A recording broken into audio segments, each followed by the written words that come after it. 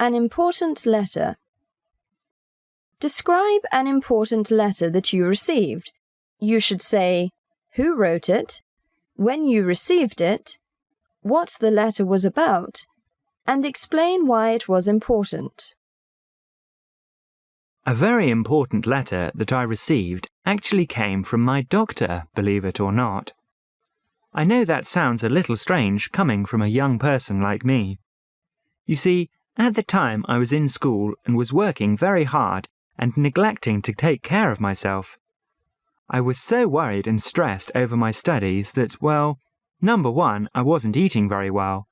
Then, on top of that, I was spending so much time in the library that I wasn't going outside and getting any exercise. I noticed that I was starting to get sick easily and kind of run down. It was really getting bad.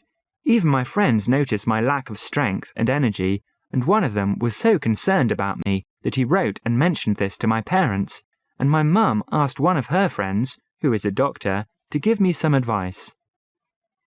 Well, this doctor, who I didn't even know, wrote me a long letter and told me flat out that I really needed to have more balance in my life and make sure that I was getting all of the things that I already said I was missing. So, out to the badminton court I went, whether I felt like it or not, eating a good healthy breakfast in the morning, slowing down and taking some time with my friends, and then, before I knew it, I felt so much better. If this doctor hadn't taken the time to write me, I just don't know what would have happened to me. I think my life would be different and I might not even be sitting here talking with you.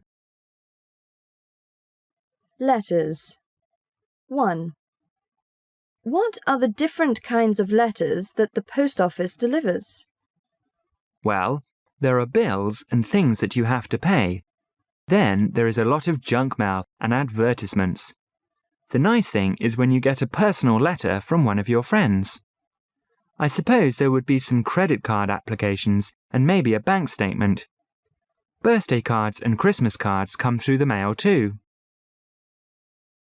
2. What can people do if they receive unwanted advertising in the mail? The best thing that they could do is simply drop it in the wastebasket. I suppose if they wanted to, they could save them and tie them together and take them to the recycling centre to make a little money. They could just put them in a corner and let them stack up and see if their friends are interested in them. If they have a pet, they could use advertisements to line the inside of a birdcage or litter box so it could do its business there. 3. Why do people write letters to newspapers? I think it is because people read newspapers and maybe something that they read affects them and they have something to say about it. Of course, not everyone does this because some people are quieter in nature and would feel like writing and having it printed would be embarrassing. I really think that it depends on the nature of the person and what affects them. I don't know if I would do something like that unless an article really got to me. 4. Do you think it is better to apply for a job by letter or by email? Why? Why not? Well, it really depends on the company, but a lot of companies do their business by email, and so they might prefer that. If the company wanted a hard copy letter, well, of course I would oblige them. I think because I am applying for the job, I would do whatever is convenient for the company. 5. What do you think is the most difficult kind of letter to write?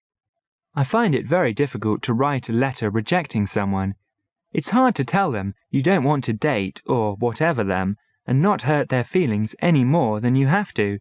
You have to word things carefully and make sure they get the point, but be subtle.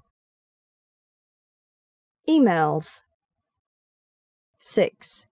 What are the advantages and disadvantages of emails compared to handwritten letters? Well, of course, an obvious advantage is speed, getting it there quickly. Another advantage would be you don't need a paper, which would save on the along with not needing a pen, which again saves the environment. As to the disadvantages, well, a handwritten letter has a more personal touch. It shows that you took your time to sit down and gather all of the writing materials, and also took time to go to the post office or put it in the mailbox to get it to the person on the other end. 7. Do you prefer to write letters or emails? Why? I really only write emails now. I haven't written a letter in so long, it is kind of hard to remember when. As long as I have a computer and the net is there, I will always prefer writing emails. Things are just moving too quickly for me to take the time and energy to write a letter. In a way, I would have to change my whole way of thinking to write a letter. It might be fun to try it and see what it is like. 8. Do senior citizens in China write emails? Why? Why not? Well, unless they are very unusual senior citizens, they don't write emails. You know that having a computer, and more important, knowing how to operate one, is just not something that the older generation has a lot of experience in. In our culture, and maybe even in the West, I don't know, senior citizens like to get around in their own neighborhoods and mix and mingle with their friends there. So the need to write emails and use a computer is not really there. I suppose that if an older person has a business, then they might write some emails, but more than likely they would have a secretary do it for them. 9. What effects, if any, do you think the use of emails might have on traditional Chinese culture? Well, as I was saying, emails have had a big effect on Chinese culture already. We younger people want to reach out to not just the ones that are in our neighborhood or even in our city, but to those that are all over the world. You know, for a long time China was closed to the West and Western culture. Now that it has opened its doors, there have been many changes, and writing emails is one of them. Emailing is more than just writing. It really is a way of life, and this way of life wasn't available here in China before. 10. Do you think handwriting will still be an important skill in the future?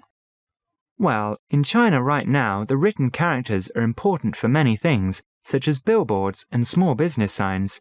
But now that computers are being made with Chinese character inputs, the actual writing out of them is no longer necessary. I think there will come a time in the future when writing the characters by hand will be a lost art. Sad to say, as writing characters by hand is an art form here in China. Computerization is moving in and taking over, so, for the sake of speed, we will see the slower methods of communicating, such as handwritten characters, become a lost art and a casualty of modern times.